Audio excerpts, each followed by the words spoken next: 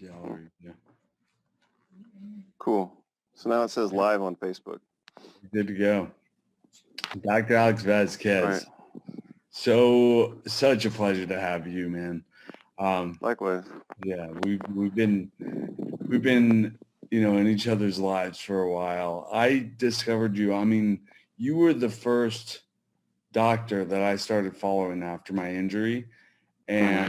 and and you have been sort of an unofficial mentor to me for for a very long time, and I'm so appreciative of you and really excited to have you, on actually connect and interview finally. Yeah.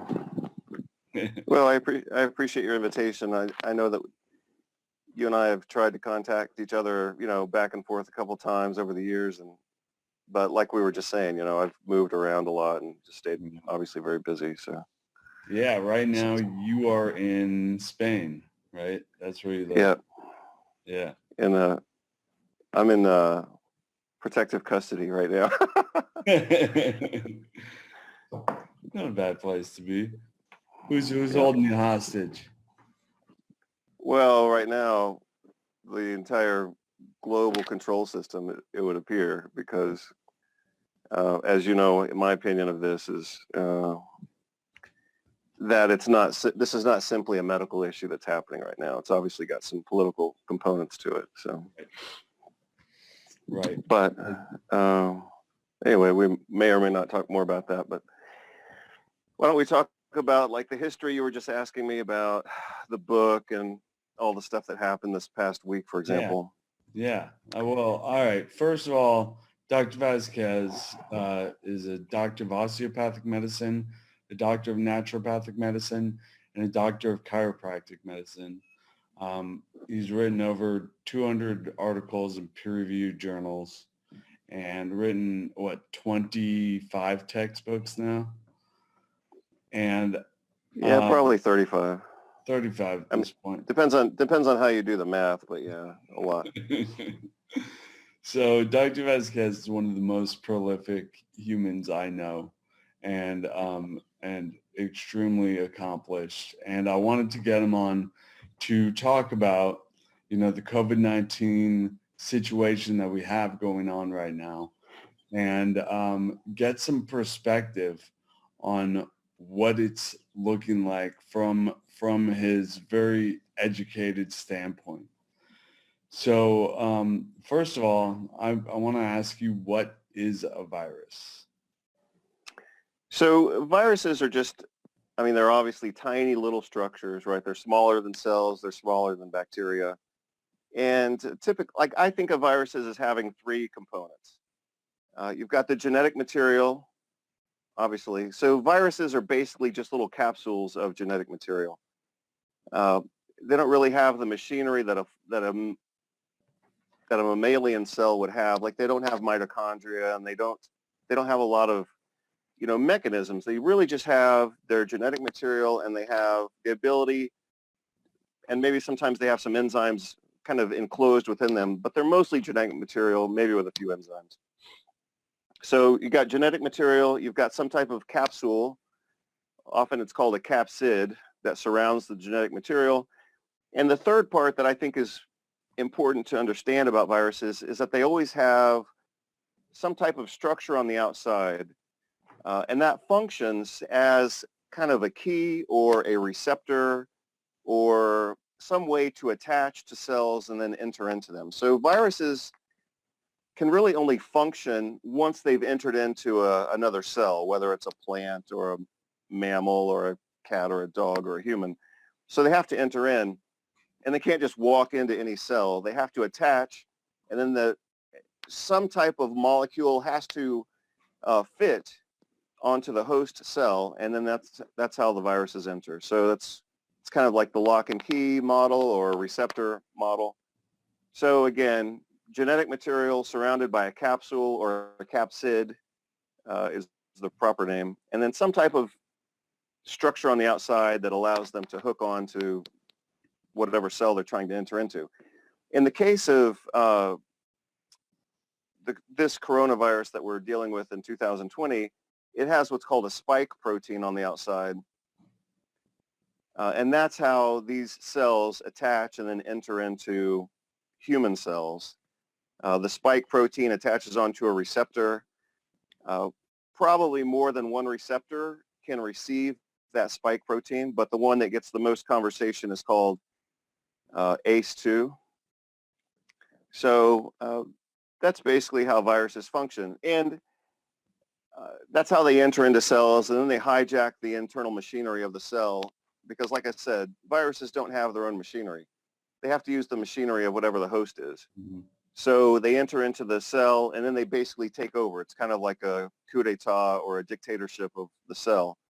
And then they say, if we're going to imagine a virus speaking, it announces to the cell, I'm taking over, and you're going to do my work for me, and you're going to reproduce me tens of thousands of times until you die. And then the cell usually explodes and releases all these virus particles. And that's how viruses are said to perpetuate themselves. Gotcha. So it's basically a hijack situation of yourself, and then proliferation. Kind of like you could think of it kind of like a carjacking, like, you've got your human cell doing its job, whatever that is, and then it gets hijacked or carjacked by this virus, and then the virus says, I'm taking over, and you're going to do what I want. So at least that's how it works for a while. Okay. That's a pretty good analogy, and then your immune system is the police, and your immune system has to come and, kill the hijacked, basically blow up the hijacked car. That usually kills the human cell as well, but that doesn't matter too much unless it's like a brain cell. Then that obviously does matter. Right. But most of the other cells can regenerate themselves. Okay. So you wrote a book called Antiviral Nutrition. Right. Tell me how that came to be. Well, obviously I didn't just like wake up one day and write that book. I had studied, I'll try to give you the short story, but I'll try to make it complete. When I was in chiropractic college, starting back in the early 90s, we had a basic microbiology followed by clinical microbiology, followed by public health, and then pathology. So I was somewhat fortunate for my first year and a half of chiropractic college that we had a lot of study in microbiology. And, a lot of students just ignored it because they said, well, all I'm going to do is, do musculoskeletal care. But I always studied everything to the maximum that I could, So like when I was a chiropractic student studying microbiology, I studied as much as I could. I wanted to understand the stuff. So, my experience was obviously different from probably the experience of most of my classmates. After I graduated chiropractic college, I went straight into naturopathic medical school. And there I took clinical microbiology, and we had a great teacher for clinical microbiology. And then we had another class in immunology.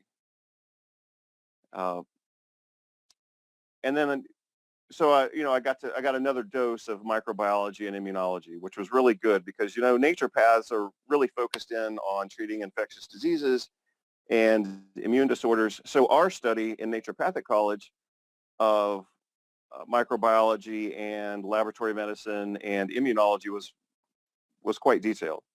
So then I practiced for 6 years, 7 years, then I went to osteopathic medical school and then got everything, once again. So, obviously I had studied, microbiology at this point several times, and I had studied it quite a bit on my own. In 2009, I published a book called Chiropractic and Naturopathic Mastery of Common Clinical Disorders. And in that book, I talked about treating viral infections for the first time in my work, which had previously focused on orthopedics and rheumatology. So in that book, I started to organize kind of a treatment strategy for virus infections. That was, again, in 2009. I didn't touch that work again until 2014, which is when the Ebola crisis was going crazy all over the place. So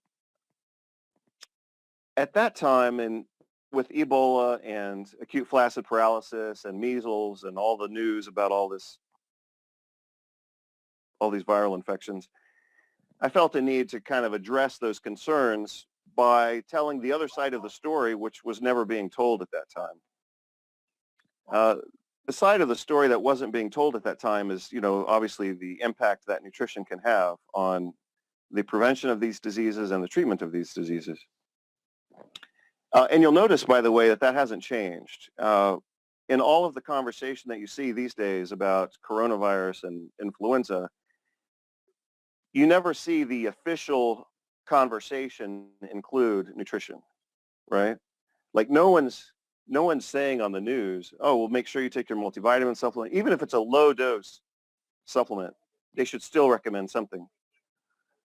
And they're not doing that at all. And for me, that's a big reveal. The fact that you're supposed to do everything to take care of yourself and to take care of your neighbors and your community, and you're supposed to shoulder responsibility for this. but not to the point where you would actually take a nutritional supplement, right? That's completely out of the conversation. Mm-hmm. And that's ridiculous. That's ridiculous, and it's irresponsible. But it also tells you who's guiding the conversation. Well, you know, before we go ahead. Go ahead. Well, I was just gonna make something up real quick. So here it comes. And I was going to use a car metaphor, and the car is about to drive by. Hold on. Let's wait for this motor to drive by. I don't know if you can hear it, but he's right in front of my house. That's a good metaphor. They must pass, right? Right. So let's say, I'll just go with the metaphor that I've got right now. Let's say that you're, obviously this isn't you. So let's say a person is trapped in a car that's on fire, right? Let's say like the doors are jammed or something, and the person's in a car and the car is on fire, you know?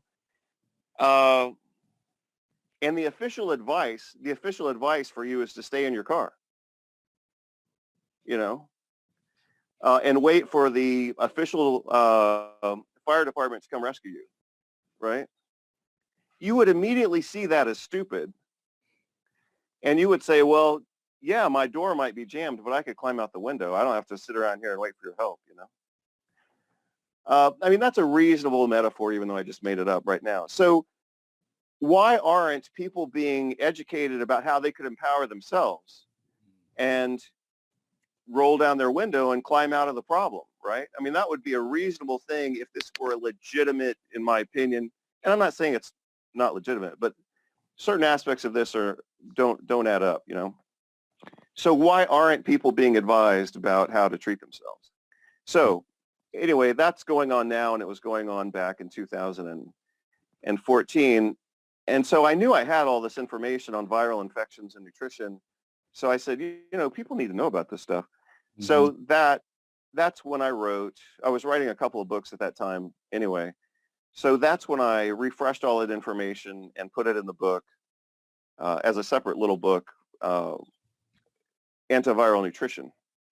So, and I included that in some other larger books, because usually I just write big books, not small books. But in this case, I broke out and wrote a small book, Antiviral Nutrition. Well, so that was 2014. I think it was October 22nd when I published that book. And I just got a message this week on Tuesday, midnight, from Amazon saying that they were pulling the book off the market. And I was like, what are you talking about? The book's been for sale for 6 years. It's got 5-star ratings. It's a #1 bestseller in its category. And why is it getting pulled off the market right now?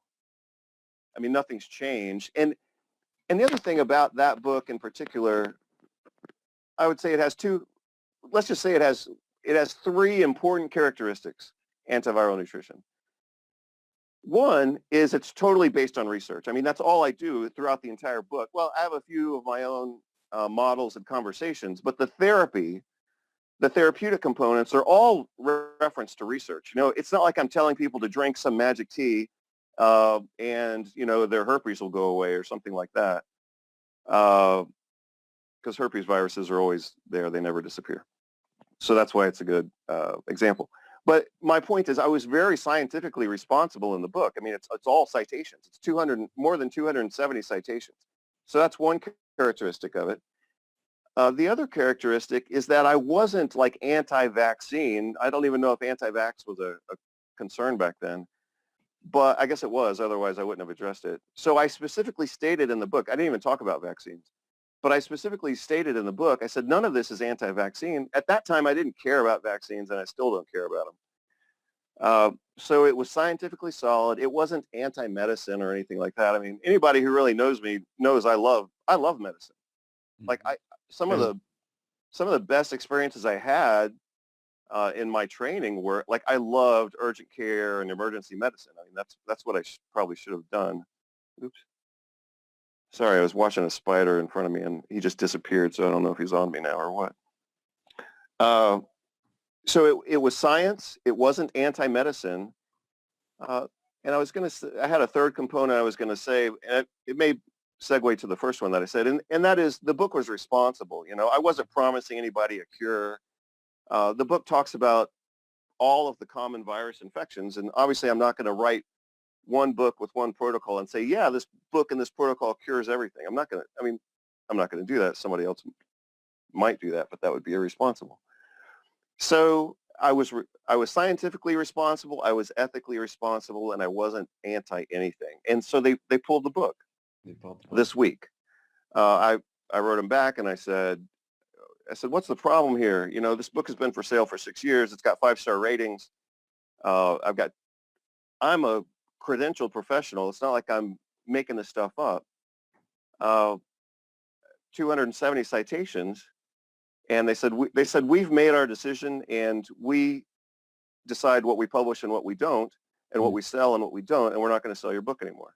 Wow. And I thought that was ridiculous because I'm sure I could go to their store right now and find articles on, you know, not simply articles, but like supportive information on how to be a sociopath, you know, like they've got books there on like hate crimes, not simply describing them, but advocating them. They've got books there.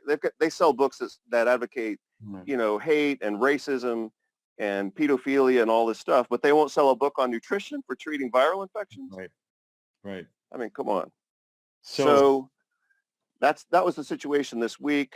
Like I said, I got that message at midnight on Tuesday, and then Wednesday and Thursday, I took the same files, the same digital files, and I turned it into an ebook to sell online. Good. I want to detour a minute, and then I want to come back to the political and you know, financial things and why that might have been pulled and things of that sort. But I want to ask you some more about viruses. And sure, you talked about what a virus is, and what about a coronavirus? Yeah. So the basic structure of viruses is the same throughout. I guess we could probably find some exceptions, but generally you've got genetic material surrounded by a capsid, and then you've got some type of external structure which interfaces with the environment, right? So like with coronavirus, they call it the spike protein on the outside, you know, which that probably is a bit of a reveal as well, in my opinion. So if you actually look at the structure, and I'm sure you've seen pictures of them, of the coronavirus, and they show these kind of extensions. In my opinion, it's not really a spike. It's more like a club or a clover, or because it's got kind of a round tip to it. Spikes don't have round tips to them. Usually they're sharp, right? So I think that it's an inappropriate, I think the name is wrong to call it a spike. They could have called it a club or a clover or a key. Calling it a key would help people understand it more so than a spike. So, you know, what do you think? When you think of a spike, what do you think of? It sounds kind of dangerous, right? Aggressive. It's like, whoa, that's dangerous. That's kind of scary. So I think even the way that the structure has been described is kind of has a tone to it. I mean, it's like you're supposed to be scared of this thing. Coronaviruses, back to your question. So coronaviruses are a family, you know, like you've got the Smiths and the Davises and the Joneses, and you've got the coronaviruses. So they are a family of viruses. They commonly infect humans. So like when people get a cold, 15 to 30% of so-called upper respiratory tract infection or a cold, that's 15 to 30% of those are coronavirus. So most people have already had coronavirus infections. But in this case, this happens to be a coronavirus that has mutated, and we can reasonably state it appears to be more aggressive. So is that what the 19 signifies? No, that I think the 19 just signifies the year, but it's because it mutated, in 2019 theoretically, and that's when it became an issue. So it's just kind of an indicator. Gotcha. And so is SARS a coronavirus? Right. So the first SARS coronavirus, I believe, was identified in 2003, or sorry, it could have been 2013, but I think it was 2003. Yeah. That was the first, SARS, severe acute respiratory. Yeah, severe acute respiratory coronavirus. That was the first one back in 2003. And now we've got SARS-2. So coronaviruses, again, they're common, lots of different types. Sometimes they infect humans, sometimes they infect animals, sometimes they infect animals and then humans, sometimes they only infect animals. Like there's a couple of pig coronaviruses that only infect, obviously, pigs. So anyway, that's the situation. So a big family of viruses, a couple of bad actors. Some of them are kind of wimpy and they cause a respiratory infection that lasts a couple of days, no big deal. Sometimes they mutate, or let's just say, if we're going to extend the metaphor, let's just say they get a bad attitude or they get drunk or whatever. And they want to beat people up, and that's what's going on right now. So we have a more aggressive coronavirus right now, apparently, than what we've had before. Okay, and it's more contagious than before, is my understanding. Well,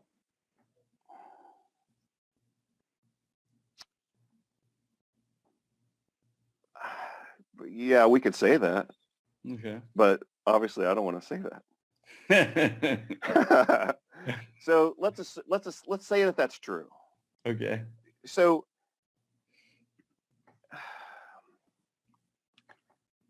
contagious here. So I want to break this down for you. So what does contagious mean?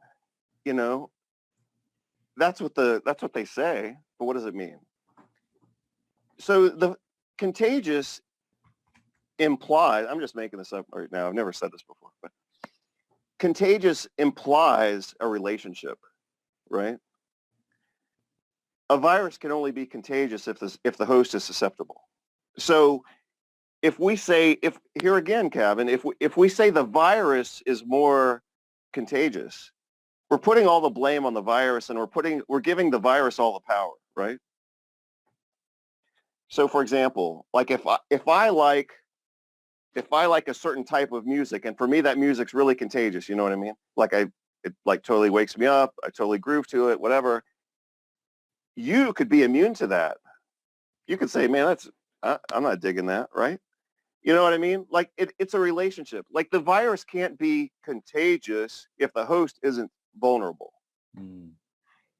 That's awesome. So if we're going to talk about, I mean, if we're really going to think, and if we're really going to use language appropriately, we can't just say the virus is more contagious, period. You have to say the virus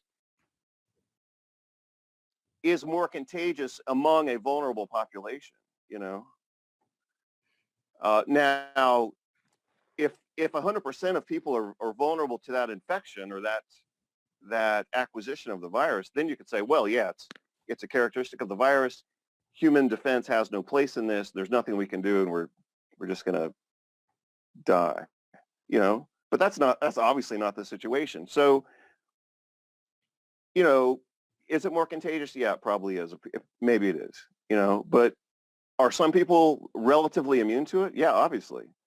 Do some people get it and they don't even know they have it? Obviously. In fact, the majority of people have really mild symptoms or nothing. So do you care about a virus that's very contagious if it doesn't hurt you? You know how many viruses you have in your body right now? Like in the hundreds. Mm-hmm. Do you care about them? Maybe. I mean, I'm not asking you details or anything, but nobody cares unless they're vulnerable to it. So a new paper was just published this week saying that people have at least 200. Maybe they said 200,000, but it was like a huge quantity of viruses. Does anybody care about that? No, because we're obviously living and we're okay with that. Right. So, again, is this virus more contagious? Maybe it is. Do host factors play a huge role in whether that makes any difference whatsoever? Yeah, obviously it makes a huge difference. So everything has to be contextualized. Right. So what is a big concern is that if we're not susceptible to it, we can still be a host to it, and can we pass it on to people who are more susceptible to it? Yeah, I think that's probably true here. That's true of most viruses. And that's my biggest concern with it, is passing it on to others. Right. I'm all about keeping it like at bay. And at the same time, there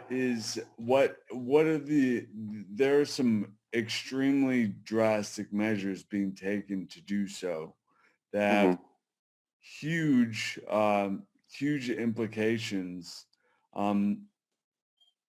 happening worldwide. Do you think that's an appropriate response at the moment? Well, I'll give you my opinion. We'll have to link to that article. So I just sent you an article this morning, or I don't know, maybe you sent it to me, but I think maybe I sent it back to you. So an article was just published by a guy whose name I have a hard time pronouncing. Sorry, but he works at Stanford. And he said basically, we have no idea what we're doing. He said, we don't have real numbers. We don't have good testing. We haven't tested enough of each given population to know how common is this. We don't have the numbers, basically. And if we don't have the numbers, then we have no idea what we're doing. I mean, we can guess and we can be scared and we can all hide in the closet. But the fact is we don't have the numbers. Maybe 80% of the people have this virus, and only a small fraction of those people actually get sick, and even a smaller fraction die. If that were the case, then do we all need to be on quarantine for that reason? I would say probably not. What we should be doing, and what the naturopathic profession has always done, is look at host vulnerability and host factors. Why, instead of saying some people get it and some people don't, ask the next question, which is, why do some people get it and some people don't? Right? Not simply age. I mean, they've gone on age. Why do they talk about age so much? Why do they say kids are immune and old people get it? What's the advantage to that narrative? The advantage is you can't do anything about it. So let's assume it's correct, and I believe it is correct. I mean, we've got enough data to support that. But look at how the data is very selectively administered, right? The data given to people is the data that doesn't empower them. Oh, well, young kids are immune from it and older people are vulnerable. That doesn't help me. I can't do anything about that. Mm-hmm. Now, I could look, or somebody could look, at factors that we see in kids that we don't see in older people. What happens, as people change, as people get older, their hormones change, their melatonin levels go down. Kids have a lot more melatonin than older people. As people get older, they have other problems. Sometimes their immune system just worn down from a life of, inflammatory foods and infections and nutritional deficiencies. Well, we could change those things, right? Instead of just saying, well, people are more vulnerable because they're older. What is age other than years? I mean, obviously it's years, but what goes along with those years? More drugs, more diseases, more nutritional deficiencies quite often, institutionalized food, things like that, right? So, you can decipher the language here and break it down and kind of see what they're telling you and what they're not. And I think that if we were to identify those host vulnerability factors, we could get some insights into how to manage this, And this is what you've done a lot of in your antiviral nutrition book. Right, totally. So, of course, we're all watching this and we're all, trying to follow whatever the new developments are. But some things aren't going to change, like just because we have this virus now for 4 months doesn't mean we have to rewrite all of medical history and all of nutritional science and everything else. It doesn't rewrite physiology forever. Some things we already know, and those things we can use, how to stimulate host defense, how to strengthen barriers, how to reduce viral replication, how to address the consequences of inflammatory challenges. I was writing it this morning. I was actually writing it. So as I just mentioned a minute ago, I had to reformat and kind of redistribute antiviral nutrition this week after it got pulled for no reason. So that cost me 2 days of work, basically. So today's my first day to actually get back to actual science and writing and things like that. And I am working on what's going to be another publication specific to coronavirus. So it'll probably be called something really creative like coronavirus antiviral nutrition or something like that. And I'll try to publish it as a book like I always have done, but maybe I'll have to publish it as a PDF that people just download, in case Right. I get blocked again. Right. The other thing, obviously, that's much faster. If I publish it myself, I can control the price and I can make it available in 2 hours or 1 hour once I get it finished. Whereas if I go through a publisher and editing and proofreading and page setting and formatting and designing the cover, are you kidding? That's going to cost me 3 months, and by then, I mean, that's a delay that's actually bordering on irresponsibility. So anyway, I am working on this information, and yes, I'm obviously looking at everything new because anytime I address a topic, I don't just recycle my own ideas. We have to look at it from scratch. And I am doing that now with coronavirus. But while I'm doing that with coronavirus, I'm also seeing that a lot of things are going to stay the same. Selenium, vitamin A, vitamin D, NAC. Licorice has already been documented to have some effectiveness against SARS from 2003. Does that mean it's going to be effective in inhibiting replication and entry of the SARS-2 virus? It doesn't mean that, no. That data is now 17 years old or something like that.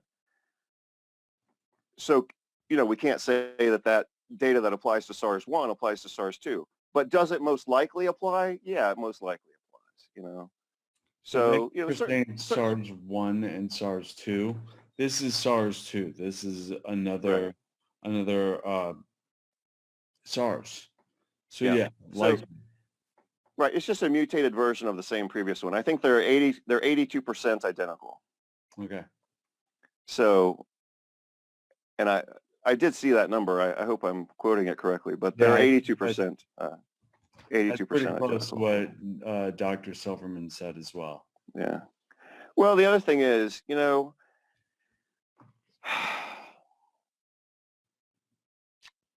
viruses as a group have enough,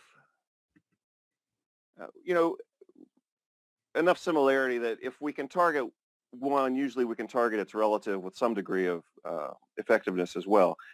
But the other thing is, and this is an important point, I'm going to pass another car here. The antiviral nutritional strategy really doesn't depend on the vulnerability of the virus. The whole idea of, using a host targeted program is that it targets the defenses and the machinery of the host. The drug model, and I say this in the book, and I said it in one of my recent presentations, the drug model, and this is an important point, the drug model is to target the virus. So, they're going to target the spike protein. They're going to target the enzymes inside the virus. Why do they do that? That's the drug model. They want to sell a different drug for every virus that's out there. They want to sell a different vaccine for every virus that's out there.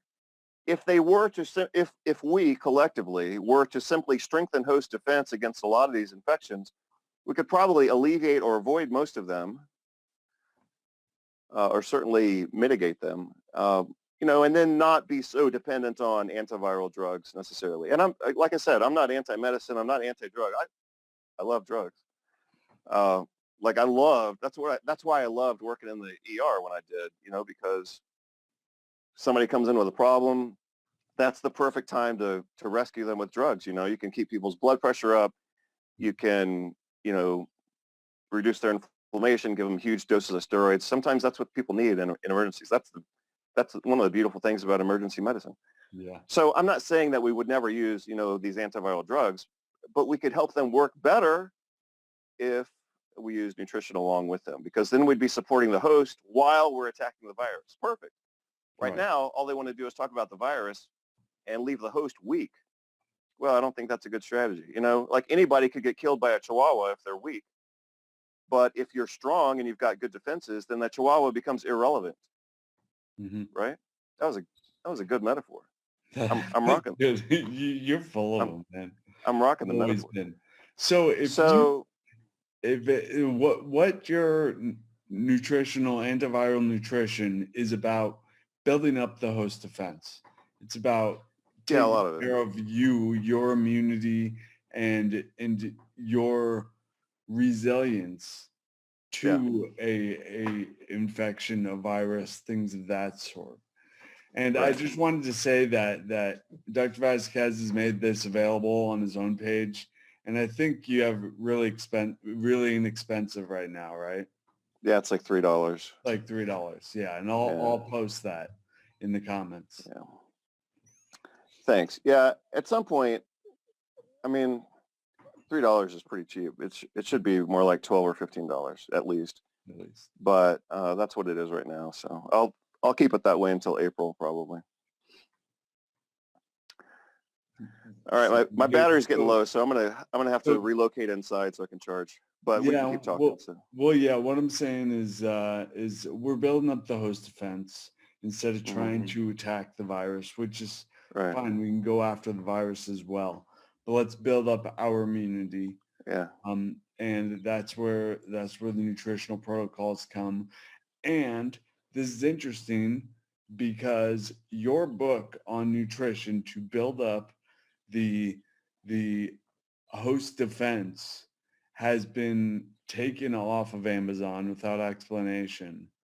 Correct. And what are your thoughts surrounding that? What are the politics of a pandemic, of this kind of pandemic? Oh, well, I mean, that's a big question. But, so I don't have any specific insight, and I don't have any, let's assume I don't have any insight, and let's assume I don't have any conspiracy theories. But I've got open eyes, and I can read and I can see things, So anytime major systems undergo major turmoil, that's a big opportunity for somebody else to gain power in whatever the dynamic is, whether it's a market for this or a new product here or, covering up some other conversation.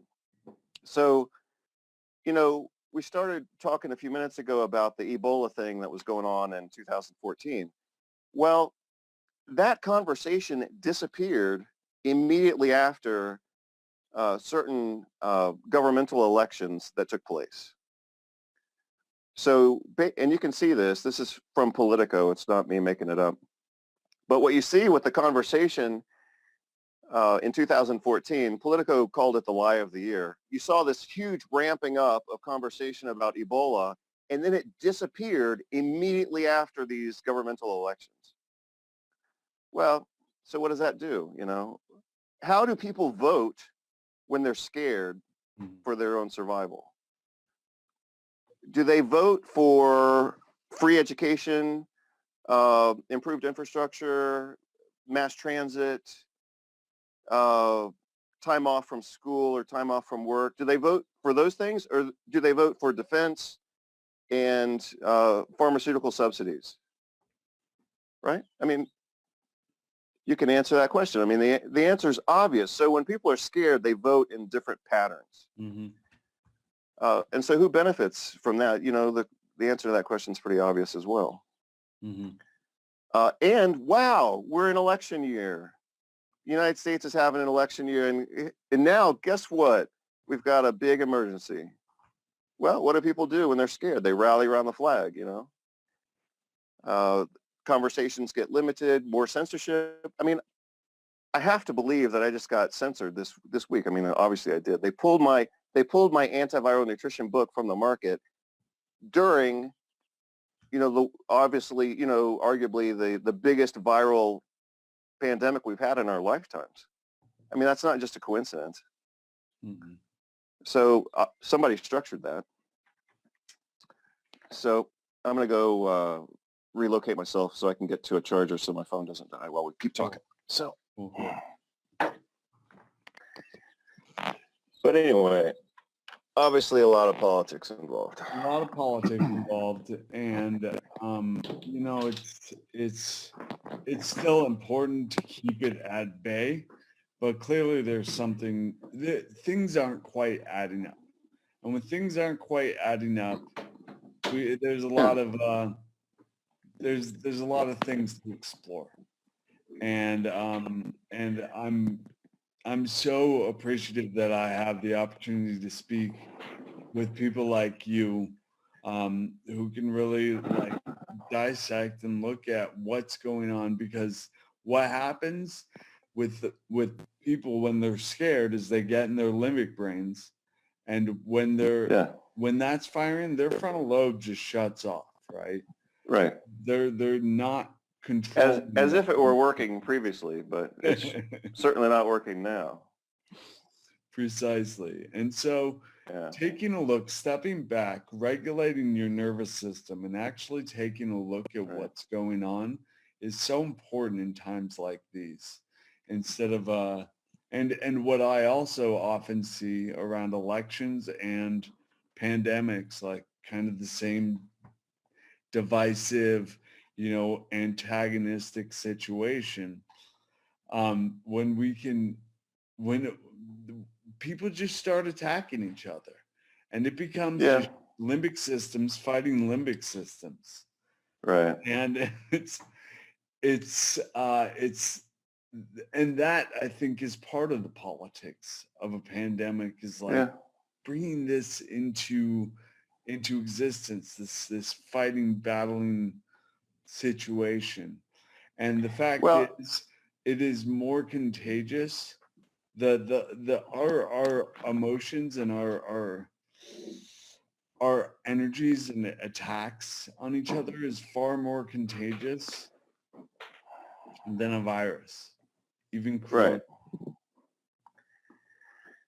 Yeah, well, I think something that a lot of people sense, and something that you alluded to just now, is people are smart enough to know when something's not right. Totally. But a lot of times, I guess I just have to say this the way that it occurs to me. A lot of times people are smart enough to know that something's not right, but they may not be sophisticated enough to figure out what that problem is, you know? And that's happened to all of us. It's happened to me, you know. I've been in situations where it's like, I know something's not right here, but I don't know what it is, you know? But the third step would be to have enough knowledge along with enough sophistication to be able to create an alternate narrative or to create an alternate solution, right? So the solution that's being offered to people right now is they're trapped in a burning car and they're supposed to wait for the fire department to come get them out of the car, right? Obviously, people are going to start being scared and irritated and, you know, outraged with each other. So let's just go with the metaphor. Let's say you've got a person, and this is an unfortunate metaphor, but it's actually somewhat accurate. Let's say two people are trapped in a burning car, and the police arrive and the doors are jammed and the police say, stay in your car until the fire department gets here. Well, if a person is the driver, they're going to look to the other people in the car and they're going to say, get me out of here, do something. Why aren't you doing anything, right? I mean, that's a reasonable metaphor. So we become irritable and we put the blame on other people to solve our problems when we don't know how to solve our problems. Even if, like you just said, even if all we need to do is calm down and roll down the window and climb out the window, you know? Mm-hmm. What if this has a simple solution? And I'm not suggesting in this conversation right now, I'm not suggesting that it does. I'm not trying to say, oh, well, this is a simple solution and I have the solution. I'm not saying that. But I'm saying generally, what if a problem has a simple solution? See, that's part of the medical paradigm. You ready for this? I don't know if you're ready for this. Here it is. Part of the medical paradigm is that serious problems require serious solutions. Ta-da. So let's assume this is a serious problem. Let's assume everything they say is correct. It's contagious. We've never seen anything like this before. We don't know what's happening. That's all nonsense anyway. But let's say it.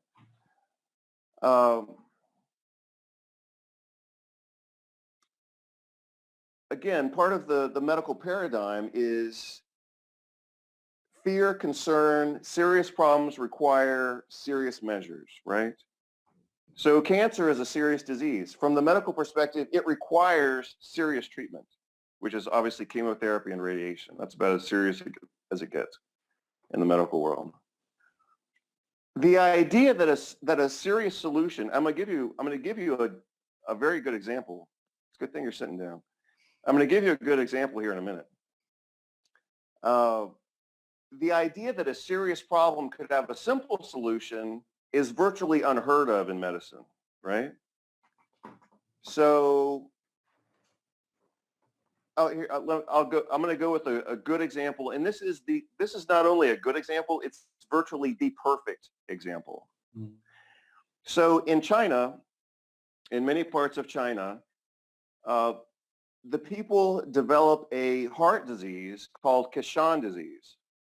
Starts with a K, Kashan disease. Kashan disease, I think it mostly affects kids, but it is a fatal heart disease that affects kids in certain parts of China. It's caused by an enterovirus that goes from the gut and embeds itself in the heart and causes this heart disease. It's not cardiovascular disease. It's a disease of the muscle itself. It's called a Coxsackie virus. It's an enterovirus. Coxsackie virus B, I believe it is. So, you still good? I just lost your video. Yeah, I'm still good.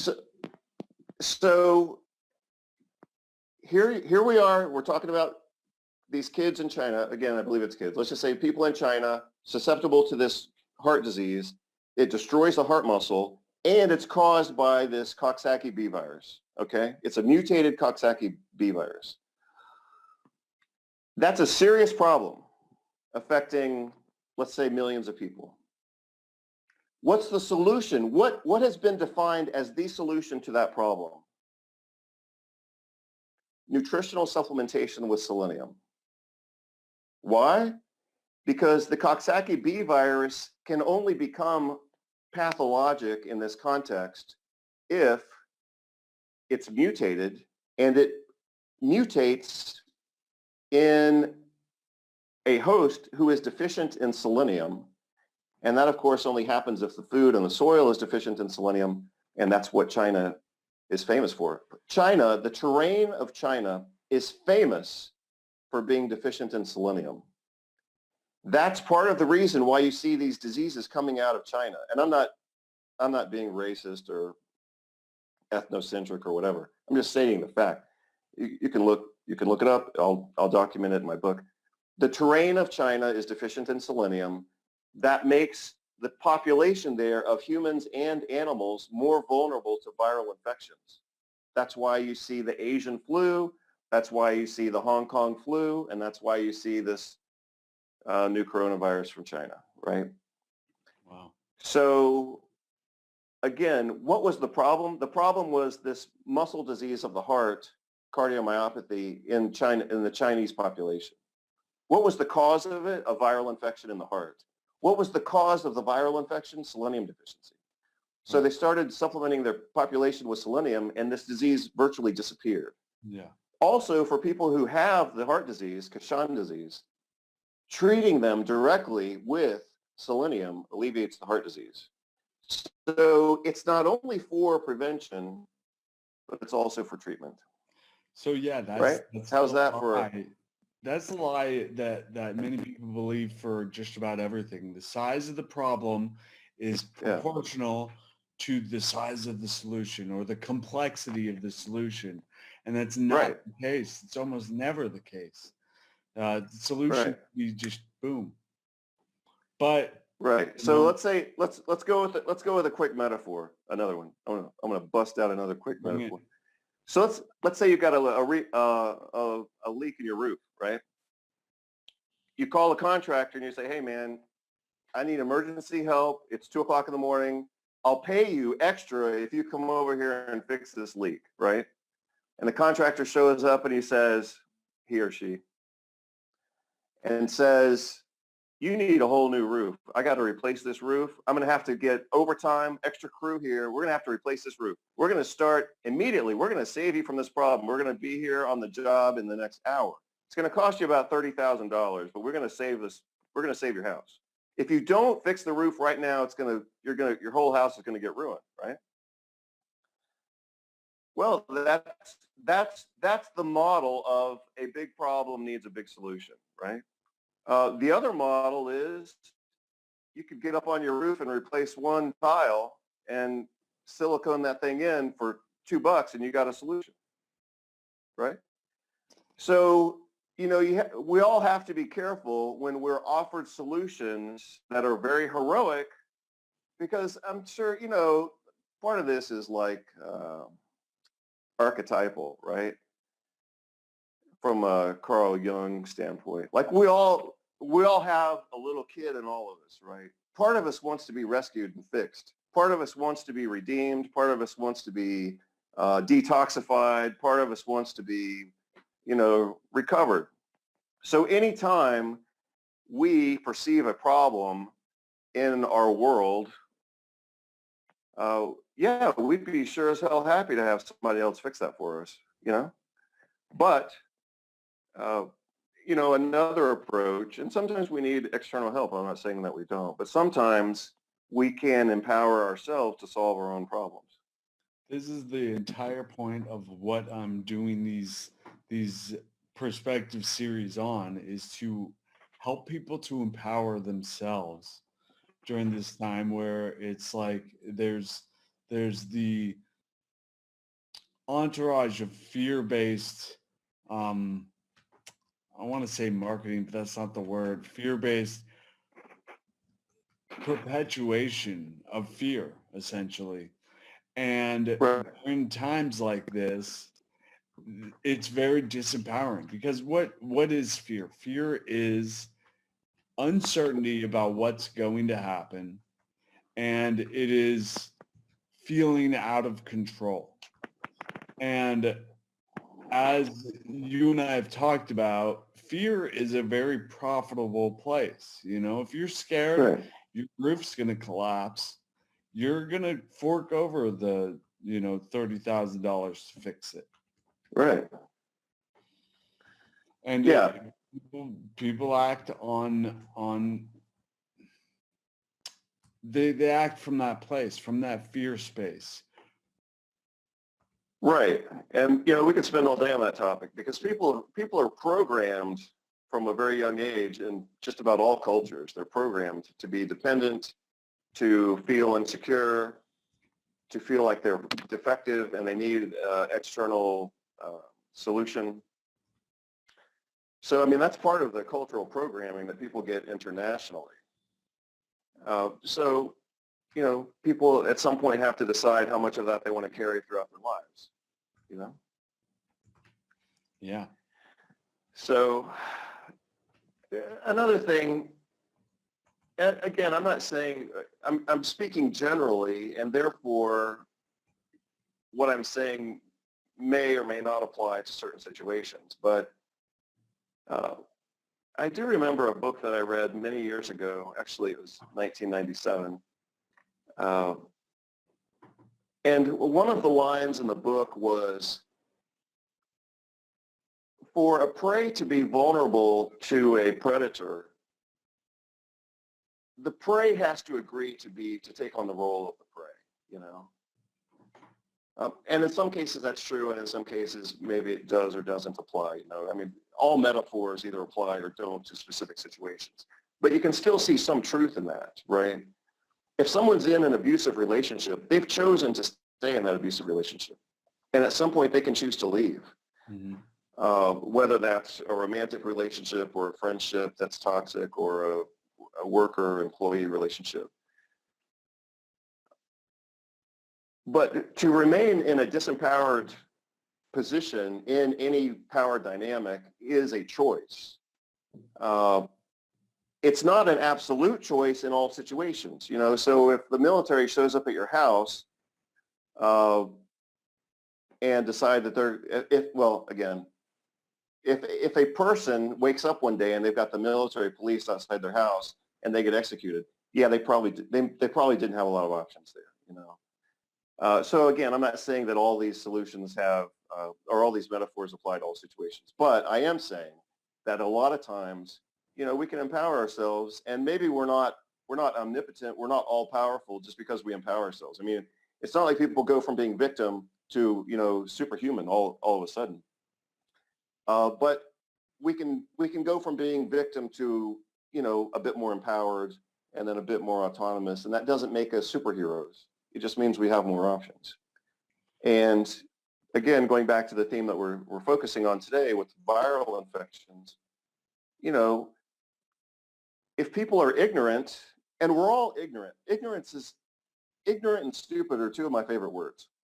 And not just I don't just use those for other people. I use them for me. Like we're all stupid. Totally. We're all ignorant, and we're designed by society, the way social structure is. We're all designed to be stupid and ignorant. And I'm saying that about me, and I've got 3 doctorate degrees, and I've published 100 articles and 35 books, you know. Mm-hmm. We're all designed structurally and educationally, we're designed and structured to be stupid and ignorant. But we can change that. So I love that you brought up ignorant, because ignorance is so much. I think ignorance is like a superpower. What we can ignore strategically, be like, I'm not paying attention to that shit. That's a superpower. That's like choosing where our attention is placed. So yeah, I'm absolutely ignorant. I ignore a bunch of stuff that doesn't matter. Sure. So, but you're talking about being like selectively ignorant and consciously ignorant. Like I'm going to ignore this email. I'm going to ignore whatever this problem is. I'm talking about being ignorant of things that we should know and that we would benefit from if we knew them, right? Mm-hmm. That's when I talk about people being ignorant, that's what I'm talking about, because those are the things that we're ignorant of, you know? And I could go through, why are all medical doctors structurally composed and created to be ignorant about nutrition? Mm. Why does medical education completely exclude the topic of nutrition? That's ignorance by design. Right. Why do people graduate with a bachelor's degree or a master's degree or a doctorate degree and they have no training whatsoever in problem solving or public speaking or leadership? Because the educational system, which is somewhat coordinated, you know, it's not an accident. The educational system doesn't want people who are articulate, who can communicate their thoughts, who can write, who can, you know, create convincing arguments, who can deconstruct stupid arguments, right? So, I mean, we have to look at the way this whole system works. That occurred to me just this past week, actually. I was thinking, so I've been through 3 doctorate programs, and all doctorate programs, all programs talk about critical thinking and all that kind of stuff. That's all for the catalog, There's no critical thinking. There can be levels of detailed thinking, but I've never seen critical thinking taught in any program I've been in. They teach volume, they teach perspective sometimes, but they don't teach critical thinking. So something came up this past week, and I was thinking to myself, maybe it was this whole virus problem, but I was thinking to myself, like, I don't see any active problem solving going on at all, right? There's no, what we have is perception of problem, midbrain response to problem, which is stay away from me. I'll stay away from you if you stay away from me. And I want somebody to rescue me, right? Like that's the response that you're seeing to this problem. Social avoidance and they're waiting on drugs and vaccines, right? Well, I mean, can we as a species do better than that? Totally. Some of us as individuals can do better than that, but I don't know, like I'm not seeing a species, I'm not seeing a planetary solution in terms of structured problem solving being applied to this problem. And that makes me suspicious of the problem itself, right? So it's like, whoa, there's no thinking going on in this conversation. So what are some tactical things that people can do to empower themselves right now? Well, I think so. I'm gonna answer your question, and I think in 2 different ways. One is generally, and the other is more specifically. So,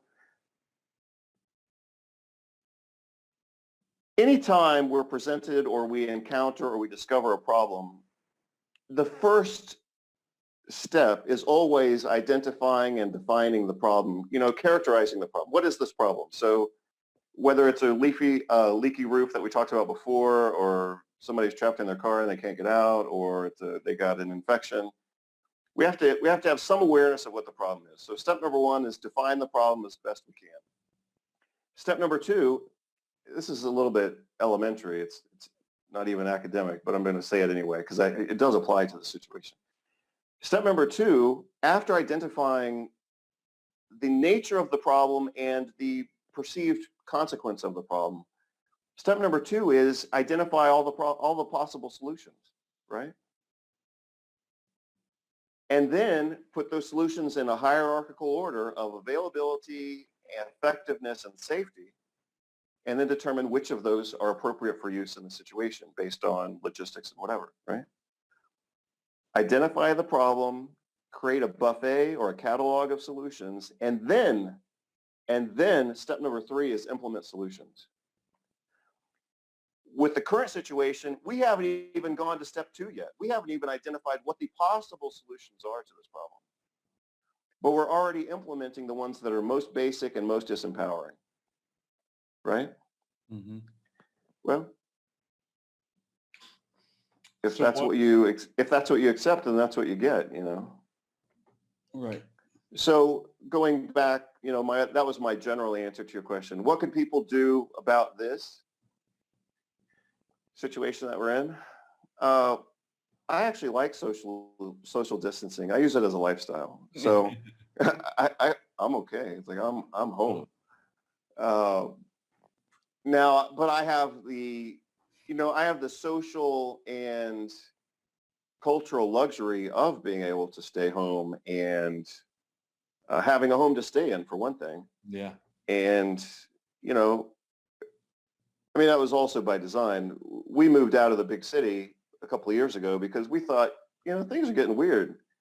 And if if things get more weird, we need to be someplace that's safe. And lo and behold, we are someplace that's safe. So what could people do? Yeah, social distancing, I recommend it as a lifestyle, not simply in response to pandemics. That's a little bit of a joke. But, you know, the next step is, here's the thing.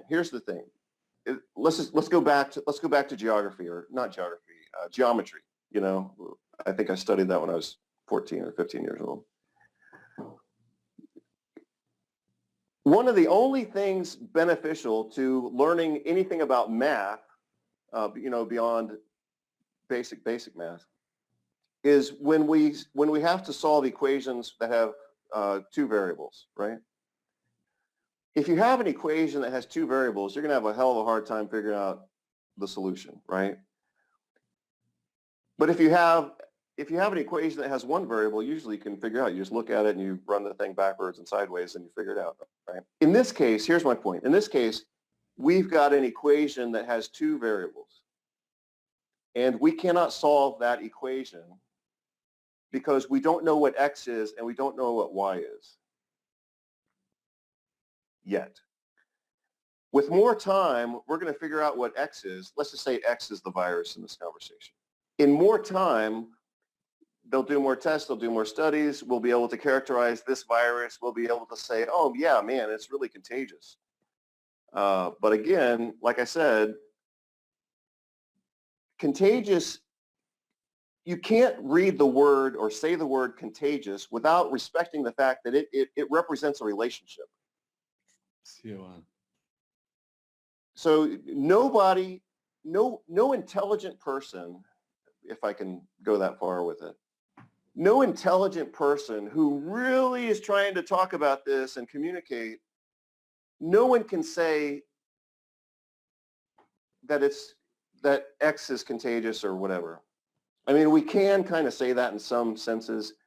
You know, some viruses are more contagious than others. I mean, that is the fact. But it always depends on the host as well.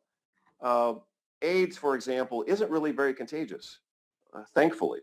I mean, yeah, people can pass it on to each other, but it's not contagious.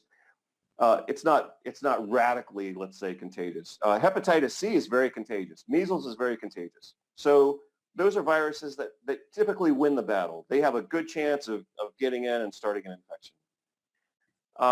But again, we still have to look at the host factor of that, and that's the other variable in the equation. So if X is the virus and Y is the human variable, the question then becomes, right now we don't know how to define X, but we could do some things to help define Y, that's us, and we could help to strengthen our own defenses, right? So step number one, strengthening barriers so that our skin, mucosal membranes are well defended. So that requires nutrition like vitamin A, vitamin D, zinc, also B vitamins, of course. Step number two is, what could we do to inhibit viral replication? I know how to inhibit viral replication using nutrients because I've studied it now for 10 years, right? So we can do certain things to inhibit viral replication. Some of those strategies work better for DNA viruses versus RNA viruses, but they all still work to some extent. Coronavirus is an RNA virus, so it might be a little trickier. Step number three in my program is strengthening immune defense, and that's what we talked about. That's what you and I have mentioned a few times back and forth. That's not the same as strengthening barriers. So barriers is step number one. Step number two is replication. Step number three is immune response. Immune response has two broad components to it. Immune response is immune defense, which is your immune system attacking the virus or creating antibodies or engaging in cell-mediated immunity. That's immune defense. But the immune response has another component, and that is the ability of the immune response to self-regulate and reduce excessive activity of the inflammatory response. So for example, in the medical model, you want a strong immune response. That's why they put adjuvants in the vaccines, right? They're trying to create more inflammation. But the reality is actually different from that. You want an immune response. You want to strengthen defenses, but you also want an anti-inflammatory component to that response. You want to mediate that response. Right. You want to mediate it. You want to modulate it. You want to control it. You want to promote tolerance. At the same time that you're promoting defense, you want to promote tolerance.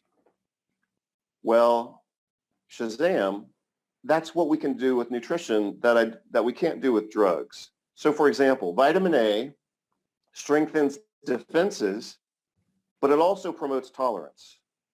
Vitamin D promotes defenses and it promotes tolerance. N-acetylcysteine is another really good example. N-acetylcysteine promotes tolerance and it promotes immune defenses at the same time. So, we've got this virus that we haven't completely defined. We don't understand it. Nobody understands it completely. Yeah, eventually they'll define it and they'll give it some descriptions. None of that is going to change the fact that we can still modulate the human part of that equation. Now, we could emphasize certain treatments or certain nutritional supplements more than others based on given infections. So for example, like for herpes infections, works very well. And for SARS, let me just think for a moment. For SARS infections, I'm talking about SARS-1 in this case, licorice also works quite well. In the case of SARS-1, licorice has been shown to inhibit viral entry and it also inhibits viral replication. And with herpes, licorice works extremely well. Through a slightly different mechanism in that it supports immune defense against the herpes through increased production of interferon. But also licorice, the component of licorice called glycyrrhetinic acid or glycyrrhizin actually appears to bind directly onto the herpes virus. So it's almost like a drug. It's almost like a target getting hit with an arrow. Speaking of arrows, you can probably see my bow behind me. I'm like the metaphor guy, but so if licorice, glycyrrhetinic acid, binds to and inhibits the herpes virus particle directly, that's not necessarily the same for influenza or hepatitis or HIV. So like I was saying, viruses have their characteristics and our treatments also have their own characteristics which may apply more or less in a given type of infection. But regardless of that, certain things, like I said at the start, certain things aren't going to change. You have to have zinc in your system in order to have a competent immune response. Zinc is directly antiviral for viruses such as rhinovirus, but also zinc specifically inhibits the coronavirus. I'm trying to think of which coronavirus it is. One of the coronaviruses is specifically inhibited by zinc. Maybe they all are. I just don't know. But like I was saying, we have to strengthen host defenses. We have to try to inhibit replication, and we have to strengthen barriers. So let me summarize. Let me go to the fourth point, and then I'll summarize. The fourth part of the overall treatment strategy is supporting and restoring cellular health and also systemic health. And again, the naturopaths do a really good job of that. The osteopathic profession actually has some good research on that as well. So in osteopathic medicine, we have certain treatments called osteopathic manipulative medicine that have been shown to help people get over pneumonia, for example. And it's not a drug, it's a manipulative treatment. It's not chiropractic, it's not massage, it's a specific treatment. But those are things we can do. So again, I'm going to summarize the 4 components one more time. Step number 1 is addressing the virus, either trying to kill the virus or blocking its entry. That's step number 1 of my plan. Step number 2 is inhibiting viral replication. Step number 3 is supporting immune response. Immune response has 2 components. One is defense, and the other is controlling inflammation. So you don't want all the inflammation to just go crazy like, napalm. You need to have control over that inflammation. If the inflammation's not controlled, that's when people get into sepsis and acute respiratory distress syndrome, ARDS, which is what kills people with pneumonia, a pneumonia-like condition, and influenza, and et cetera. That's the whole cytokine storm.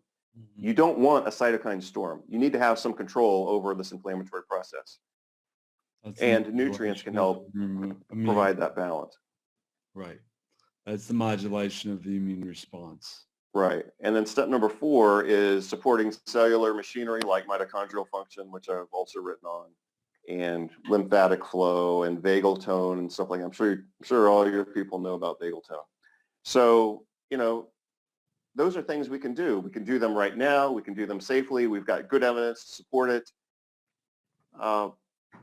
And so those are things people could do while they're sitting around. Like learning is optional and it's available all the time, right? So you've got millions of people right now, millions. You got millions of people stuck in their homes and they have no idea what to do with themselves. Right? They're watching YouTube, they're arguing with each other, and maybe they're doing some good things like exploring their childhood traumas, or fixing the garage or whatever, or learning a new language. Probably some people are using their time wisely. I'm not saying that everyone's wasting their time. But one of the things people could be doing during this time is reading about antiviral nutrition. Yes. Shazam. They could learn about this stuff so they're not going to be victims to this narrative for the rest of their lives. They're able to empower themselves. Absolutely. Right.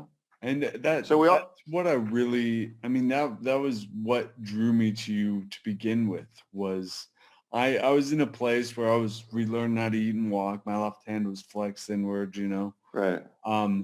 And I was like, all right, I'm going to need to figure this out. In addition to functional neurology and other things that were happening, I got to figure this out. I need to empower myself. And it's the same thing here. We need to empower ourselves. And what's awesome is we have this amazing resource called the internet that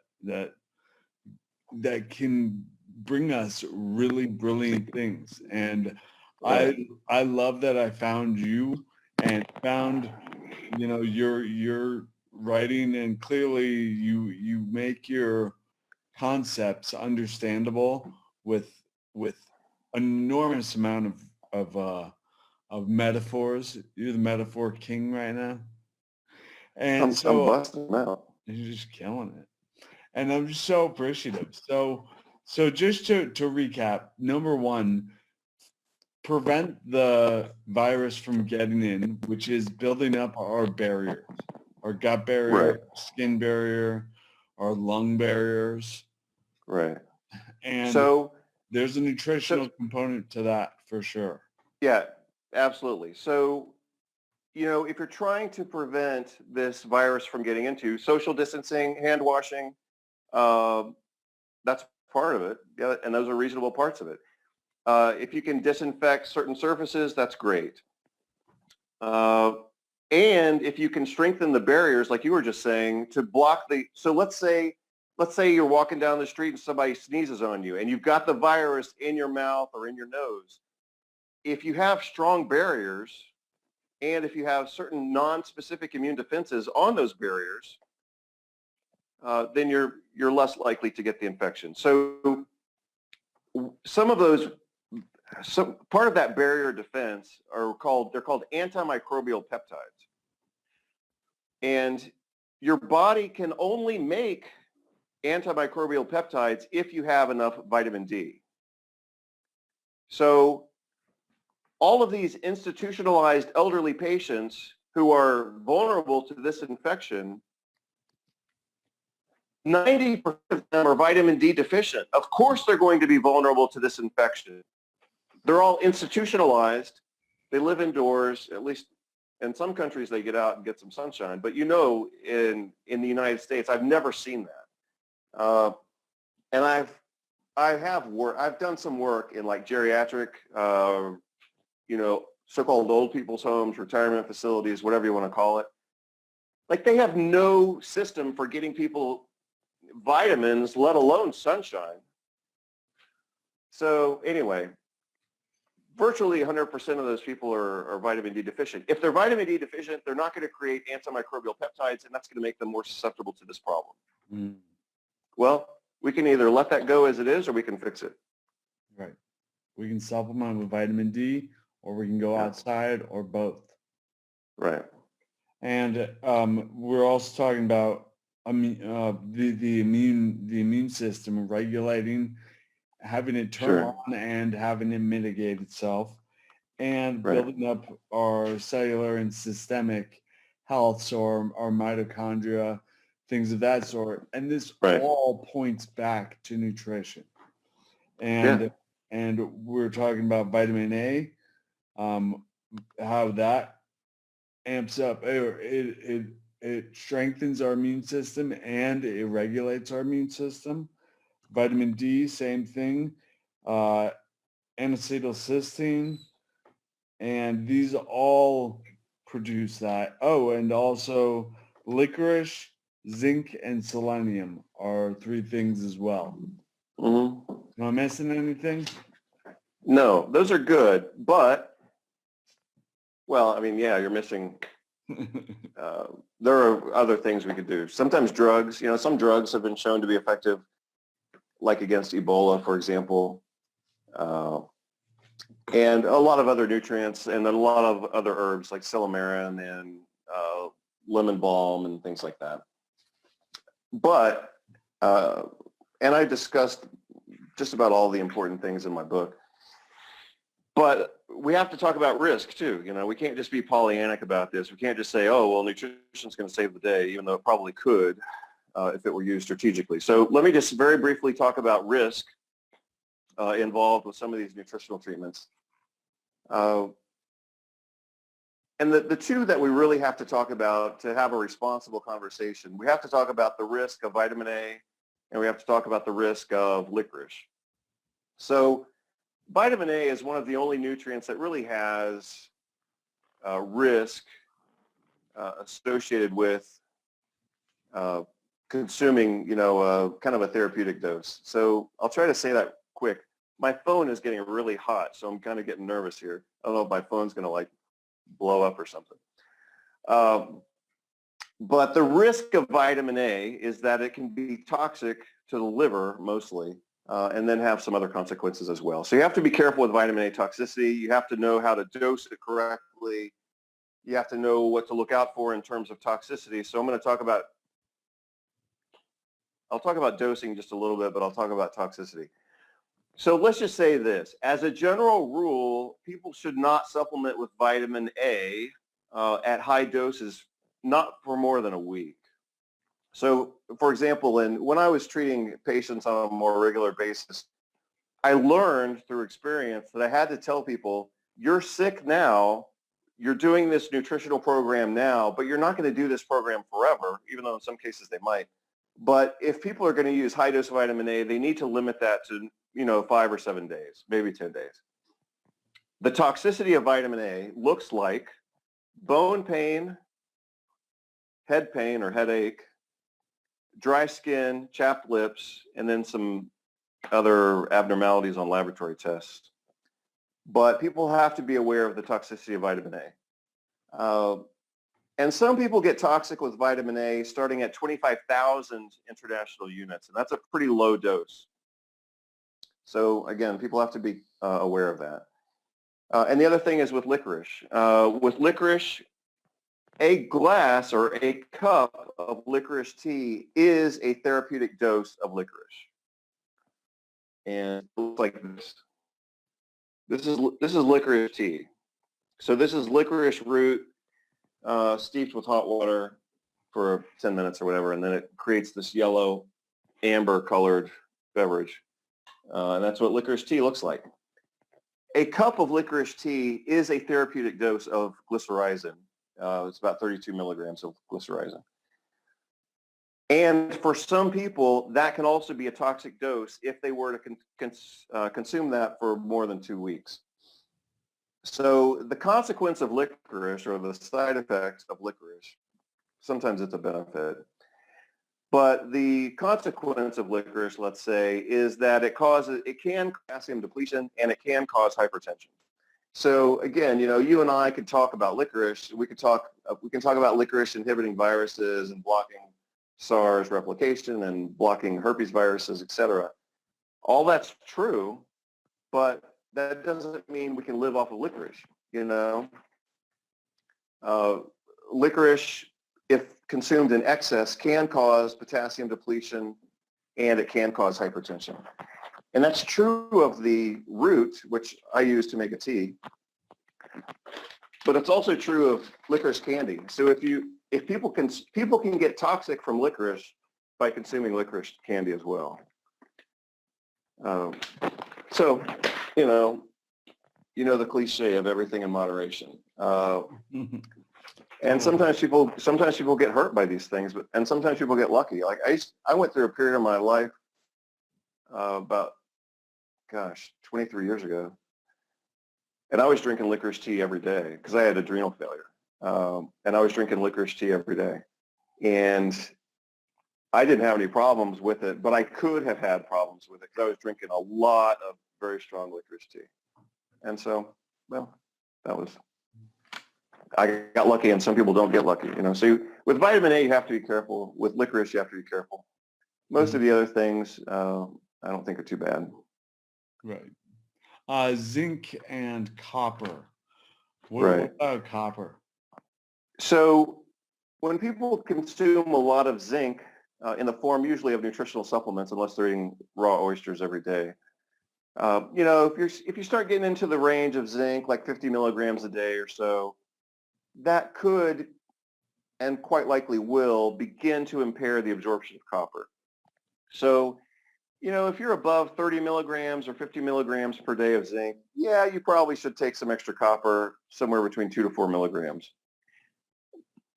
The consequence, so let's say someone's immune suppressed, like their immune system's not working and they're zinc deficient. So we're trying to make their immune system work better, we give them zinc. In the process of giving them a supplement of zinc, we could end up blocking the absorption of copper. The first consequence of copper deficiency is immune suppression. So the paradox, I call it the zinc paradox. The paradox is if you give someone zinc to support their immune function, if you give them too much without copper, then you actually cause immune suppression via copper deficiency. Gotcha. All right. So we have some tools to empower ourselves with. Nutrition Correct. tools. Right. I'm really looking forward to diving into your book, and I will be posting that down below. What else are you working on these days? Well, right now only this. Okay. And you could share these videos with your people as well. I actually was thinking about updating the antiviral nutrition book last year, and I had created 2 videos last year. One was a review of the entire protocol, and the other was focused exclusively on N-acetylcysteine or NAC or acetylcysteine. So those are on my website. They're on the internet. My website, by the way, is inflammationmastery.com/antiviral is where people can find that information. So people can watch those videos for free. I think they can actually download the videos for free as well. I mean, I don't really care. I just want people to get the information. So those are ways, as you had just said, that people can empower themselves. But again, empowerment doesn't mean being all powerful, right? Empowerment just means you've got some tools in your bag and you have some things you can do. That doesn't mean it's going to work every time for every person in every situation. But generally speaking, we've got some good science, and we've got we've got science of effectiveness, and we have the experience of use and safety. So we don't simply have things we can do. I mean, we could do anything. We could dance in circles, and try to solve our problems. But we have effective things we can do. We have things that are proven to work. And just like with drugs, we use them and we hope it works. And if it doesn't work, sometimes we raise the dose or lower the dose or we add something else. But these are things we can legitimately, use for ourselves and offer to our patients and clients. Perfect. Yeah, I want to say again how grateful I am to have this conversation with you, and for all the work you've done. It has been extremely helpful for me in my recovery, and continues to be. I love how your presentations are so concise, and every presentation you put out, you walk away with tools that you can do Right. right away, and just super appreciative of your work, how you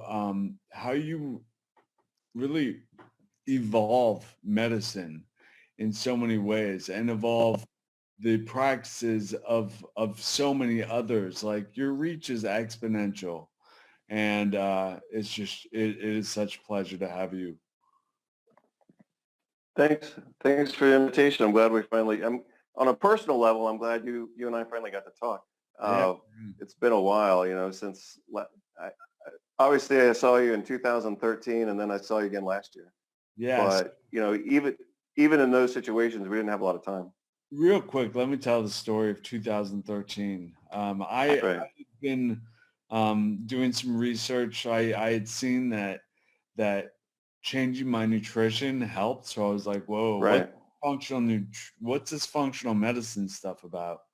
And I was, Googling functional medicine all over the place, and your name kept coming up. And I was like, and I started reading your stuff, and like, you had videos online as well that Mm. I think you were an adjunct professor at Bastyr University at the time, and you were making video lectures available to your students. And, I was able to watch these college level lectures from this brilliant man right here and learn from them, and then use what I learned, start implementing what I learned in order to restore my health. And I reached out to you. I think Facebook actually like suggested you as a friend. And I was like, Something. yeah, totally. Yeah. And then I sent you a message, and I just was thanking you for the online resources, told you a bit about my story, and you invited me to the International Conference on Human Nutrition and Functional Medicine. Right. Can you say that Yeah. 10 times fast? I probably could. But Probably could. Superhero over here. Yeah, and while I was at that conference, it was on the brain day. Yeah, you had a whole day dedicated to the brain. I remember when you sent me that message. I was literally like, I was living at my mom's place at the time. I was recovering Mm. at my mother's home, and I was like, Mom, we have to go to this. And she's like, she got me there, and super appreciative of that as well. And that's where Yeah, it was a good experience. We had you up on stage too. I'm sure you remember. yeah. And that's where things began to solidify for me, because Yeah. I went up there. Yeah, it was on the brain day. We went out. We had a Right. cup of coffee, and you were like, "What was the Yeah. most important therapy you did after your brain injury?" And I was like, "Honestly, Alex, healing my gut was the Yeah. everything." And you're like, "We need you on Right. stage." And Well, that's a good example of what I had said before, and that is the medical model is serious problems require serious interventions. And they're always going to sideline nutrition because they're going to assume that it doesn't matter or it's not whatever. But look, in your case, you had a serious problem that didn't require a serious big league intervention. We're not talking about putting in a shunt or whatever. change your diet, improve your gut microbiome. Now everyone's talking about microbiome, including me, I guess. But you know, back in 20 years ago, nobody was talking about that stuff. Right. But that you know, even your situation. This is my point. Even your situation is an example of where a serious problem.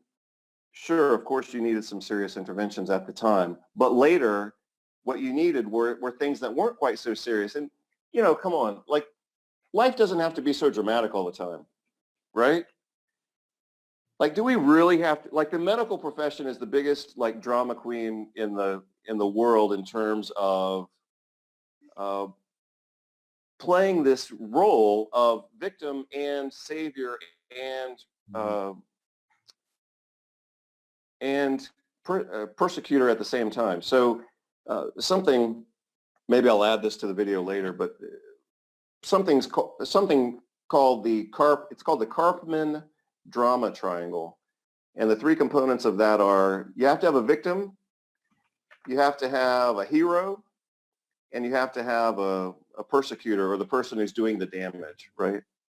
And the medical profession plays all of those roles. They're the victim. Look, we've got this infection. We don't know what to do. We're helpless here. We're going to have to quarantine everybody, right? That's how they play the victim. The prosecutor, mandatory vaccinations for everybody. Whether the vaccines work or not, irrelevant. Everybody has to get vaccines. You know, a couple of years ago, they were trying to put statin drugs in the drinking water, right? That's also part of being kind of a persecutor, or that's being overly aggressive. And then they want to be the hero, right? So they want to say, we've got the solution, we've got the new this, or we've got the new drug, right? So if you look at it's called the Karpman drama triangle, but where people vacillate and oscillate from one location to the next. I mean, the medical profession does that all the time. That's why people get confused and they have a hard time figuring it out, you know? It's because it's a shape-shifting. Yeah. That's what makes it hard to figure out. Makes for good TV, you know, good. Yeah. Yeah. Well, stories. Why do you have so many television shows that are medically oriented? Right. So obviously television channels and television stations, they promote drugs because they promote, you know, these multi-million-dollar drug advertisements. But here's the thing. Audiences are not neutral. Audiences have to be cultivated. So how do you cultivate an audience to be receptive to the drug advertisement? You have to have a television show that sets the stage for the drug that's going to be advertised, right? That's why you see so many television programs where the doctor's the hero. Right? You don't see programs where the nutritionist is the hero or the massage therapist saves the day. Man, I had a headache. I thought I was dying, and I got a good massage. You know, you don't see that, right? You see the medical doctors, and they're rushing in with the staff and the nurses, and they all have stethoscopes on their necks to make them look like they know what they're doing. I mean, come on.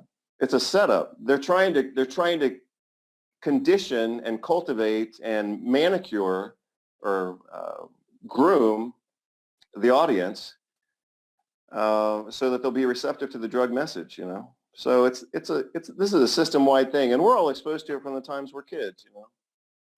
I remember getting vaccines when I was a kid. I remember going to the doctor's office and waiting there. I remember being told I was going to be a big boy and I had to be a good boy, and I sat on the table with the crinkly, you know, tissue paper and all that. I remember all that. I remember that. You know, that's part of growing up in a lot of cultures is you have to receive these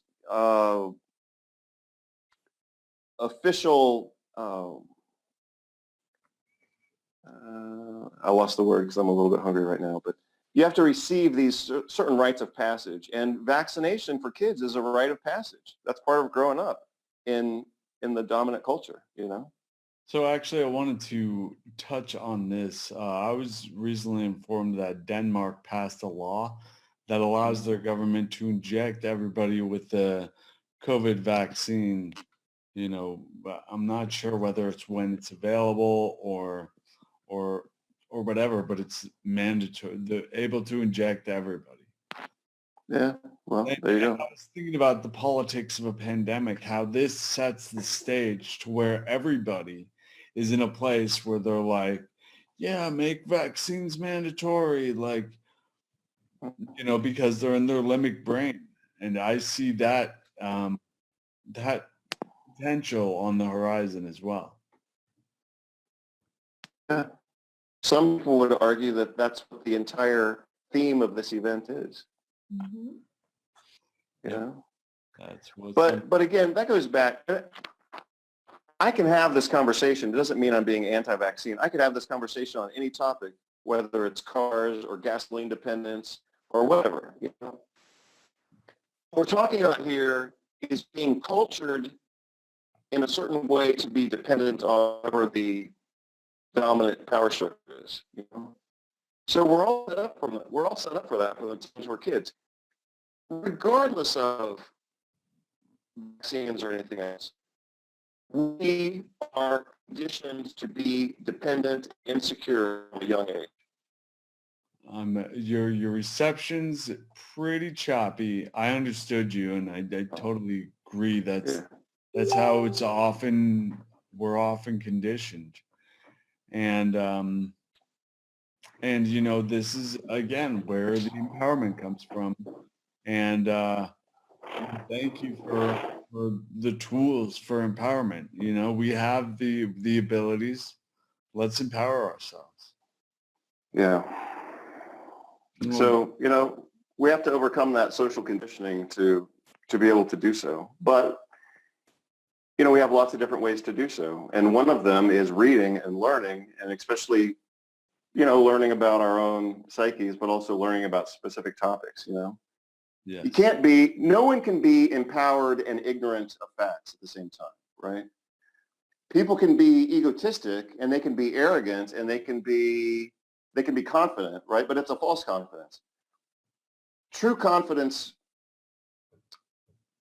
in many ways, comes from competence, and competence requires discipline and knowledge.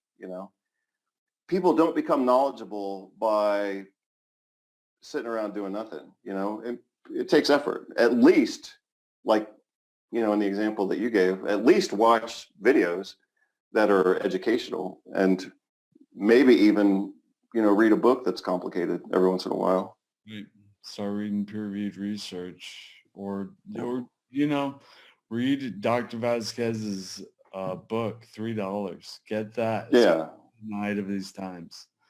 Yeah. So it's 69